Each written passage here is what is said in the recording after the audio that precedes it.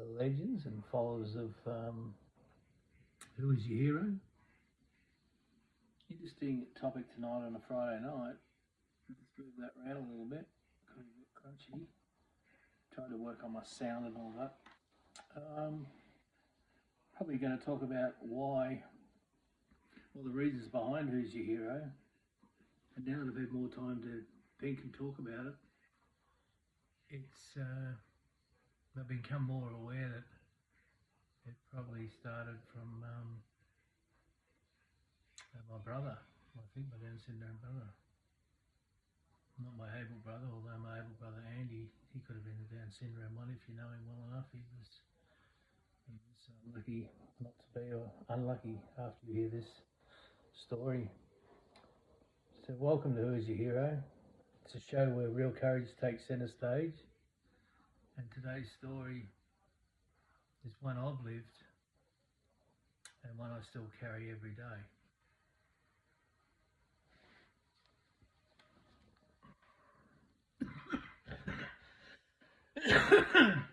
Excuse me for a bit. I had a couple of operations last Monday, but all be right. So when I was a kid,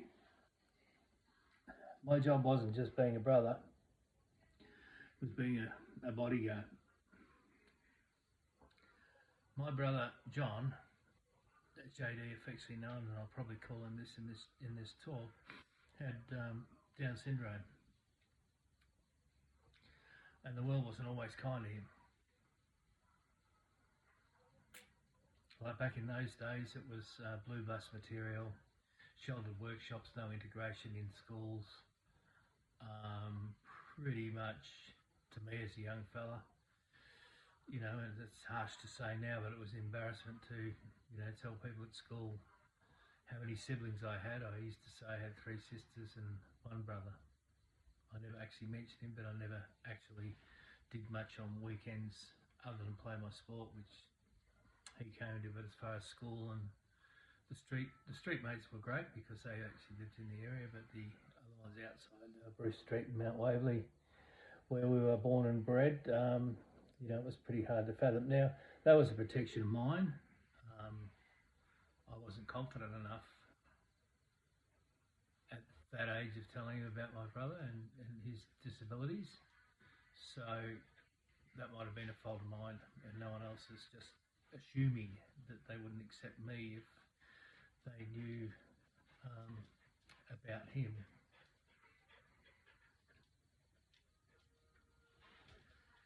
So I didn't just protect him from bullies. I learned about humanity and courage and what it meant to stand for someone who couldn't always stand for himself. It's quite interesting when I look back. So he taught me more about love, patience, resilience than any textbook or seminar could ever have taught me. Was I paying a lot of attention? Probably not particularly. When he passed away, probably about 2.5, 3 years ago, around about the scandemic time, just before my mother, I realised my role as a protector back then didn't end. It just changed. And for someone the last couple of years, although he was hospitalised for a good year or and a half before he passed away, it was pretty difficult. But at that time I didn't find it difficult, but I definitely, reflecting on it, was lost in my why. So my role as a protector didn't end, it just changed. Now my mission is to speak up for those who can't, to share the stories that matter, and to remind people that the real heroes don't wear capes. The real heroes wear courage and bring courage.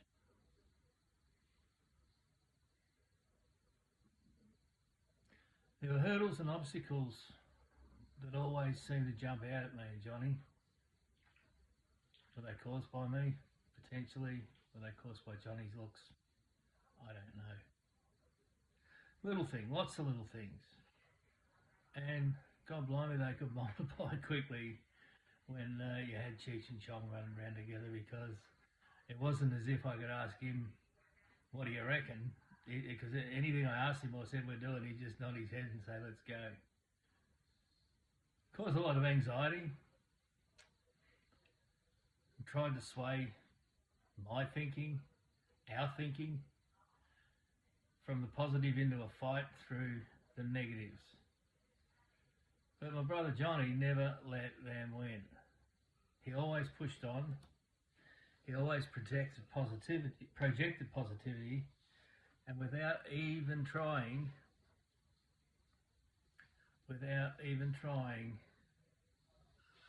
hit that for six every time. And he was bloody good at it. Yeah, I've been down quite recently with the kidney malfunction. I've been knocked about several times. And like someone listening here right at the moment, I've felt fucking sorry for myself. And until you own most of the problem, which I can say 9 times out of 10, when I've felt sorry for myself, I've probably been a very big part of that problem without ownership. But when I think about him, I often find my remedy. It's no drug, but it's bloody addictive. He wasn't a counsellor, but damn straight he should have been. He wasn't a motivational speaker, because he couldn't talk real well, but I seem to understand him. But if he could have been able to talk, he would have been a ripper.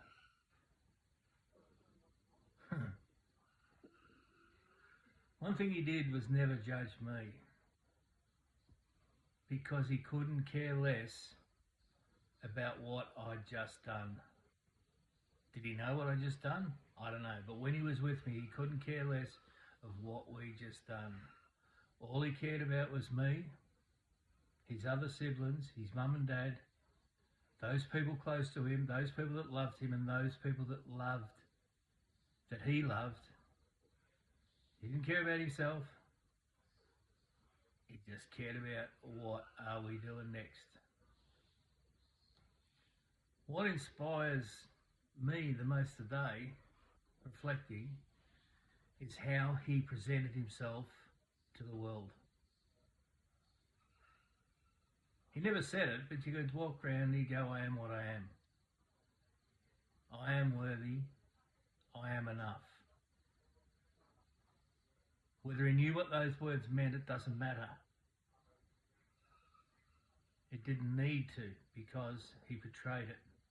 He didn't waste time worrying about how people perceived him. He didn't let other people's opinions shape who he was. In fact, he couldn't give a fuck. But I don't think he knew. He couldn't give a fuck. It was just him. That attitude, that quiet, unshakable courage is what I wish and teach and carry forward now. People with Down syndrome are not just happy little Vegemites with constant good natures and a low expectation of life. My brother Johnny proves they have deep emotion and sensitive feelings. They understand far more than most realise that they are an integral member of the human race. So moving forward a bit now, a lot of the time people say to me, where'd the idea from Who Is Your Hero come from? And it's pretty well pushed in line with the kidney failure. That's not correct. This was, as I've said in the past, been on the think tank for a good year or 2 years, probably even longer. I started penning a book back in 2013 called My Brother's Keeper, The Upside of Downs. It never went any further. But when I look back, and there's been a lot of reflection over the last 12 weeks with the situation I'm in, the truth is I'd already met my hero. And it was my older brother, Johnny. It's funny that he's shorter in height,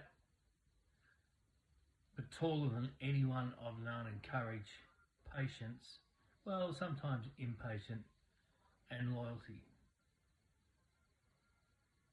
Johnny's had Down syndrome, but he never ever let that be a headline. Now, I don't know, but I don't think he knew he had it.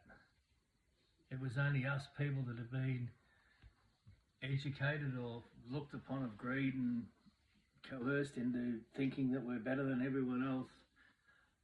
Maybe we're the only ones that thought it.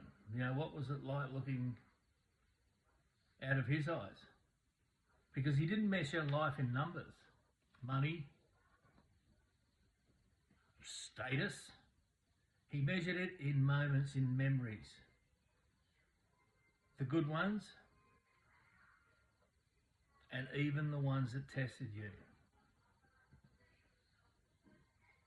I thought and believed I was the big brother, the one who'd protect him from bullies, look out for him and lead the way. But looking back now, I see it the other way around, more often than I realised. He taught me to slow down, to listen, to see people.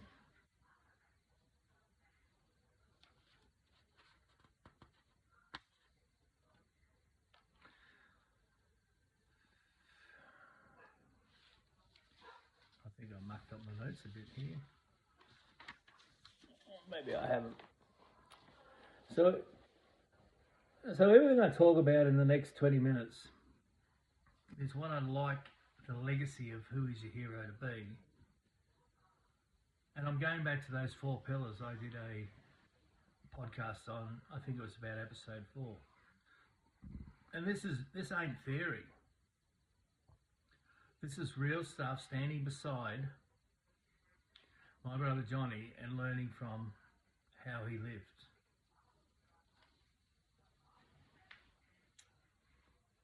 You remember the 4 pillars episode where I talked about health, worth, why and wealth.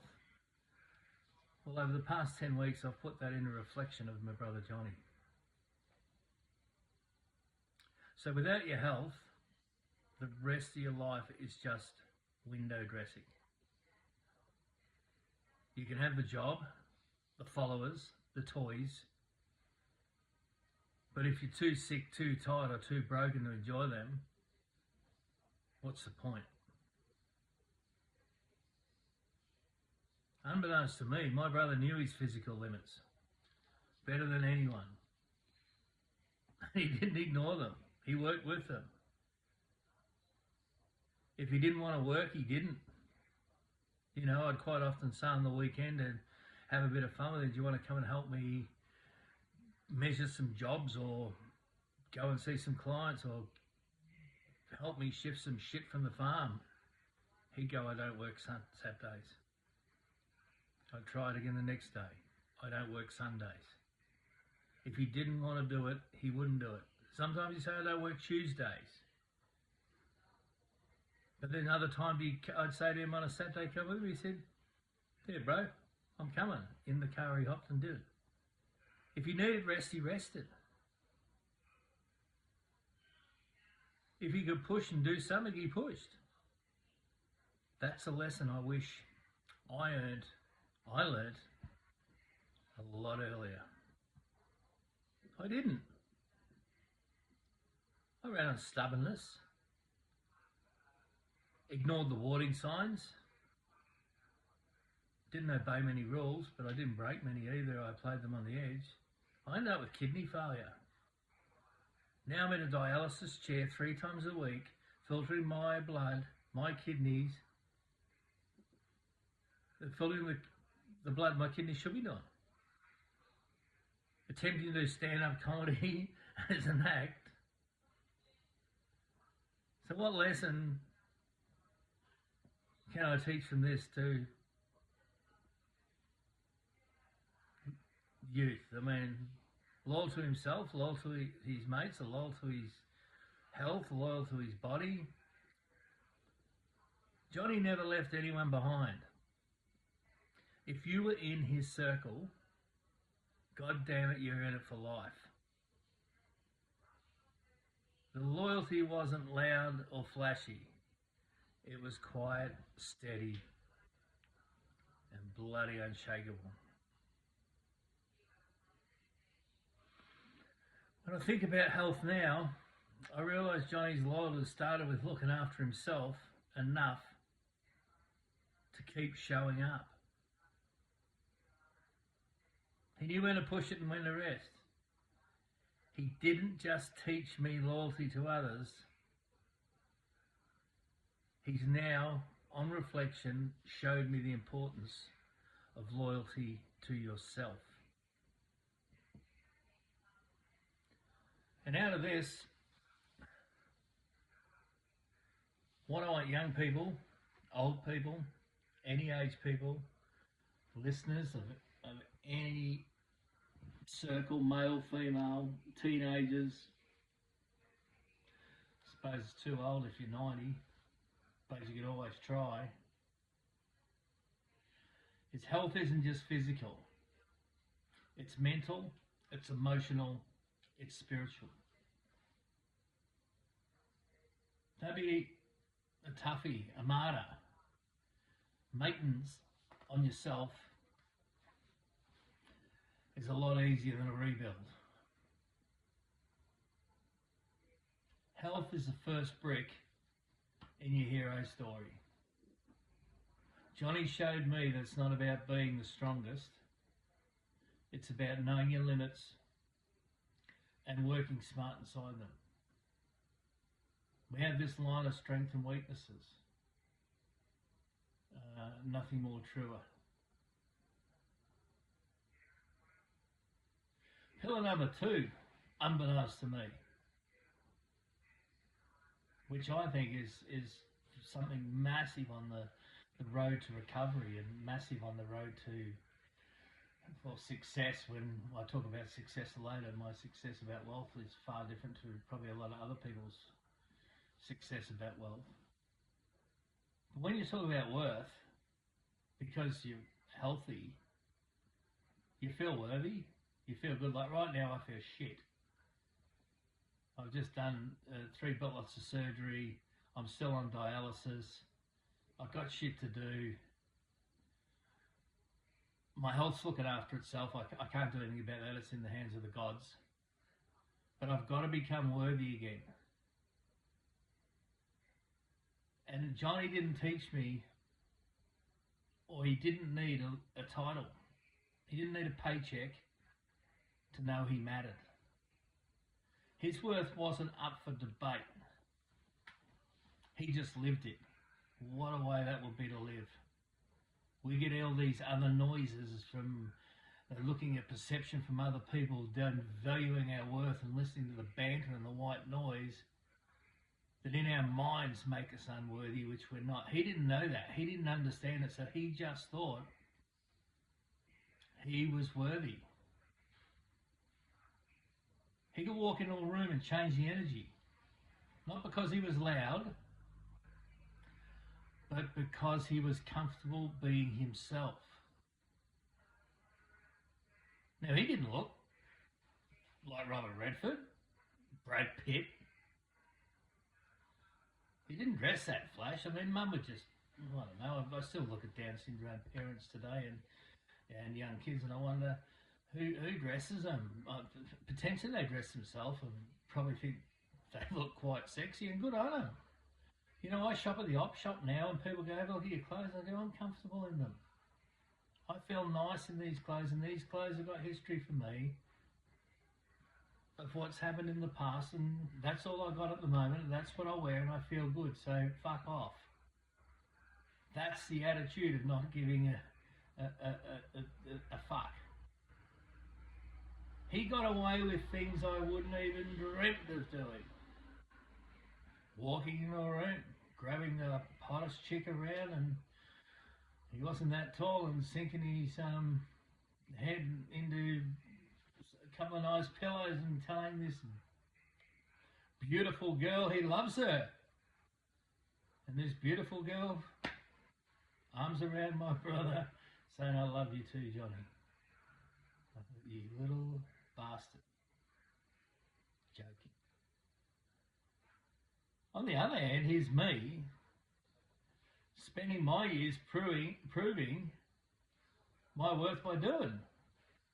Working to pay the bills, working to be the male that supports the family, coaching football clubs,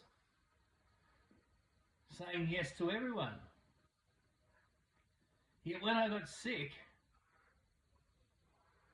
and I couldn't do anymore, on a few occasions, this one a big one, I felt and feel useless. That's when I realised I've been building my worth off a wrong foundation. Now I'm 56. I want to get this message of worth through to teenagers, both male and female, and I'll do this through this channel, Who Is Your Hero, setting up the right foundation at a younger age. So when you're talking about lessons from worth, let me recap. My brother Johnny didn't perform for people's approval. He was just himself. I read something like that and go, I used to play football fairly majorly in Ballarat, but I'd love to read the paper on a Monday and read the results of my stats. Yet everything he did not do for people's approval. He was just himself, remember that. And you know what? That was enough. That was more than enough. He's also taught me that worth is something you carry, not something you earn. Now, he didn't teach me this in speeches, because he couldn't talk that fucking good. He taught me in how he smiled, how he treated people, and how he walked into the room knowing he belonged. What more proof do you want than actions speak louder than words?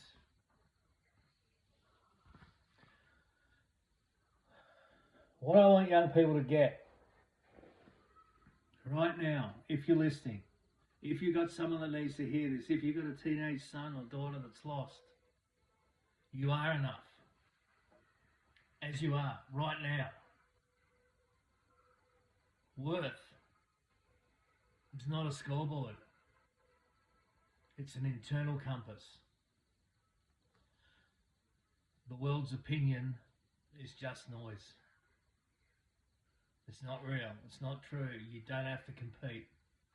Because when you get into that stage, your worth isn't a scoreboard.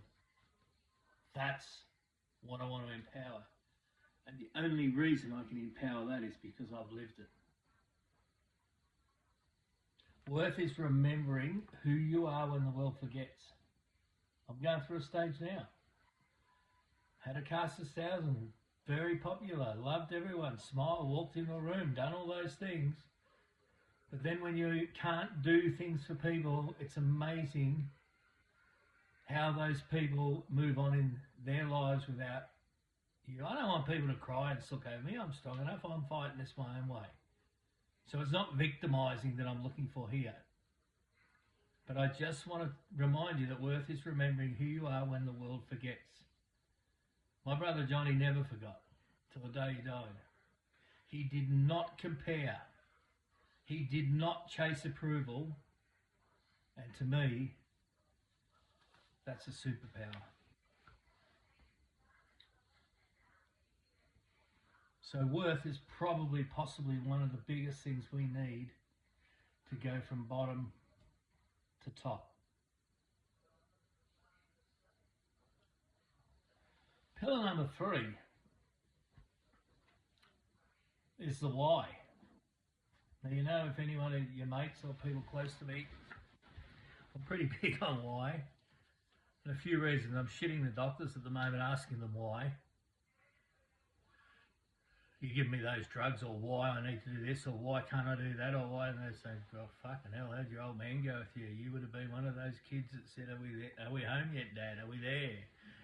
How far to go? 5 minutes in the trip, you don't shut up. But I'm not talking about that why at the moment. I'm talking about the why, or the will and the why to live. You know, when life hits hard, it's your why that gets you back up. It's your why that you walk into a place with your shoulders back, strutting into places that you own the fucking joint. Because you feel worthy and you've got a why you're doing things, you can't stop. Johnny's why was simple. Live a good life, love people, never miss an opportunity to knock $10 off someone. He'd do it for a laugh. He was a pretty good thief, but no one ever questioned his theft because we loved him too much and we knew it. Was it one of his flaws? I don't know. He probably learned it off my dad, because you don't leave $1 lying around my father either, because he'll put it in his pocket and look the other way. Monkey see, monkey do. But over all those years, we never laughed at him. Anyone that can, and it's a hard experience to tell you, we always laughed with him, his mates, his 50th or his 45th or his 40th, I'm not sure which birthday it was. Mum and Dad had a cast of his mates, probably 15 or 20 of them, from his life journey around our backyard. I don't know if you've ever seen the movie The Dream Team, but it was the most hilarious 2 hours of my life. And a lot of his mates I knew from 4 years of age, and they knew me because I used to go and actually teach them the talk at Oakley Shouldered Workshop till I went to school. But it was the most fascinating, funniest thing when you sit back and having a beer and watching the way they were flirting and chatting and talking to each other, and it was nearly all in Braille, but the love in the room was you couldn't bottle, and you couldn't buy it, and it was, you know, their why was simple. It was a good life, and they loved each other, and they never missed an opportunity for a laugh, but they didn't even know they were doing something funny to laugh at. So, you know, who's normal? Who's normal? You know, so when I bring this back to a why at the moment, because my health is in other people's hands, and my worth I'm rebuilding, and I'll have to do that in another way, because I felt really worthy building accommodation for people and putting shelter over people's head and importing the houses was my why and all that. But you know, this has knocked me. So my latest real why was don't die. That's another episode I've done about how I feel, and I will be talking more about that life or death feeling and where it takes you. But when I decided not to die on this last episode 12 weeks ago, it then became my story. It became my why. Now it's all about helping others to find theirs. And I'll carry my brother's why alongside my own, because his compass still points true. Nothing I've looked at, researched, anything is a better compass than my brother's was. So if we want to learn a lesson out of JD's why, he never used to overcomplicate it. I did. Johnny kept his why simple. Be there for people was number one. Live in a way that made others feel seen was number two. And laugh your guts out along the way. Even if it was at his expense, he'd always play the joker. And I reckon he knew it too. He would have carved them up in theatre, he would have carved them up on stage, he would have carved them up on Hollywood. He could fucking cry on the click of your fingers and get what he wanted. He could suck up to you if he wanted a Mars bar and a Coke, and he'd get that. Not just one a day, he'd get 7 a day. Was it because we felt sorry for him? Not a hope in Hosies. It was because of his charisma and his love. He also showed me that strong isn't about ambition or achievements. Strong is about who you choose to show up for every day.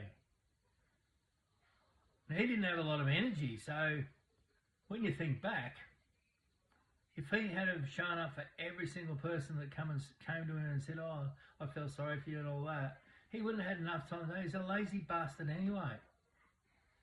So when you think about this, he picked who he loved and who loved him only. And that's who he showed up for every day. A lesson that kept him healthy and worthy. I hope you're getting it. Your why doesn't have to be big. Just true. Just true to you. It will evolve as you do. It doesn't have to be fixed. It can change. It can be something today and it can be changed tomorrow because you found a why. You're finding yourself. You're finding the inner hero.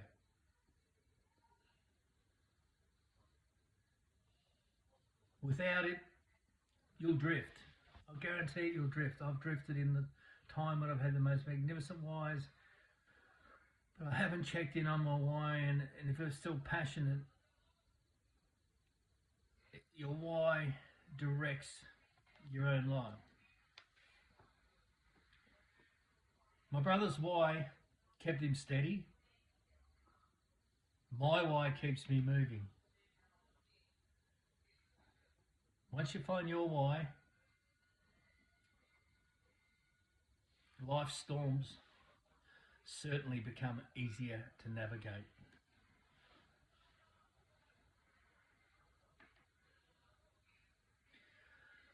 Fourth pillar,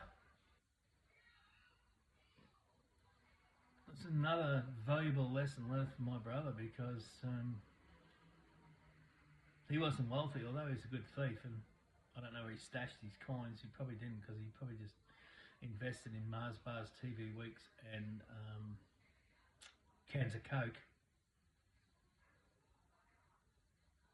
But he proved to me, and it's taken me so many years, that wealth isn't just money. Wealth isn't the big house, the fast car, the world trips. Johnny never had a fat bank account,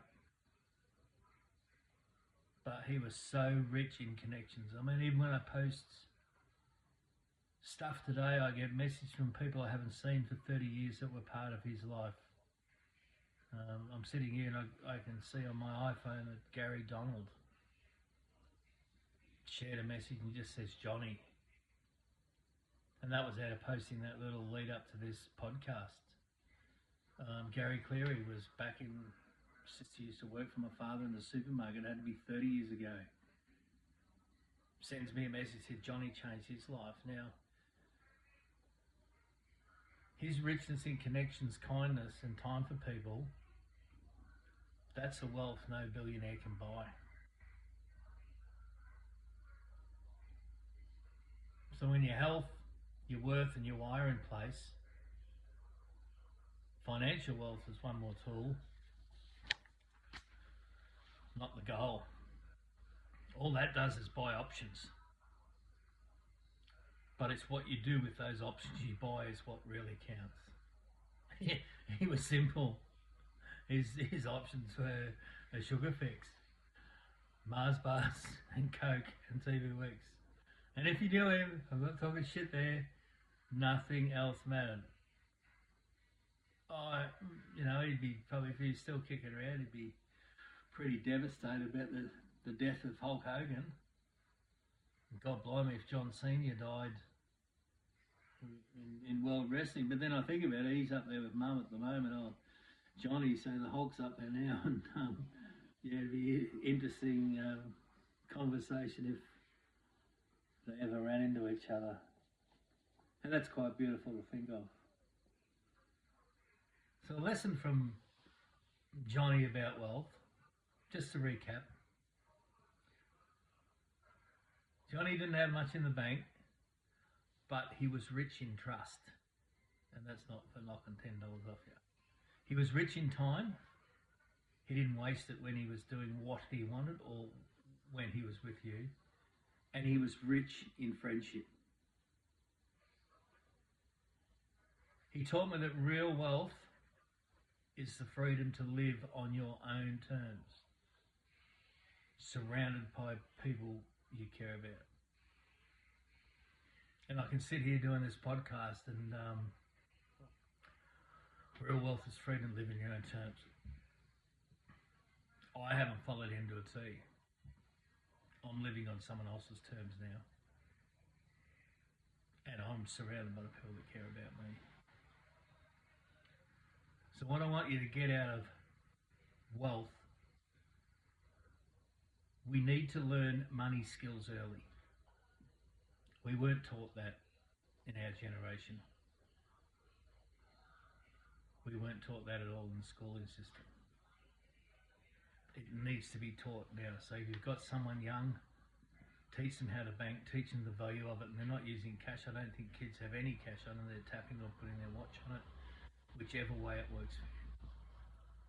Build relationships as carefully as you build those savings, because those relationships will be worth more as your time goes on than a fat bank account. And never, ever, ever trade all your time for money, because let me tell you, you can't buy it back. You cannot buy your time back. My brother didn't need to. His time was up. He lived it fully. Wealth is the freedom we choose. My brother didn't need millions to have freedom, and neither do you. So how all that last 35 minutes comes together, those 4 pillars, the health, the worth, the why and the wealth, they weren't built in a classroom. For me, they were built, and they weren't, or a self-help book. They were built in backyards with my nephews, my cousins, my siblings, my uncles, my aunts, my parents' friends, in football crowds. They were built in quiet conversations. And when my brother Johnny showed me how to be a better man, without even making it a lesson. If one of those pillars is cracked, the whole structure feels it. Strengthen them all and live by them, and you are stormproof. My brother lived his pillars naturally. I lived mine the hard way, unbeknowing. He showed me the way. Now you've got the choice. If you take away anything from this podcast, think about the people who have quietly shaped you to where you are. Tell them you love them. Thank them. And if they're no longer here, like Johnny,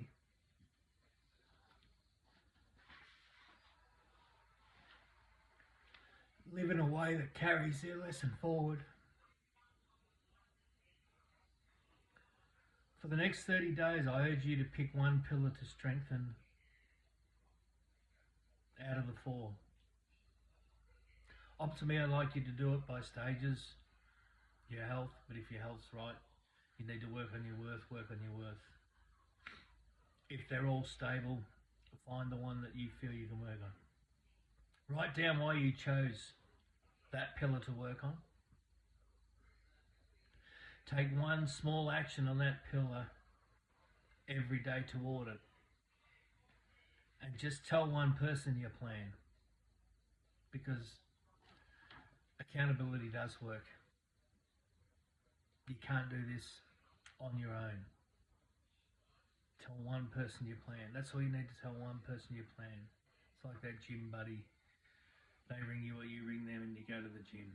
It's like that training partner. Accountability works. Accountability works in the 4 pillars. Don't tell the world what you're going to do. Don't let yourself down.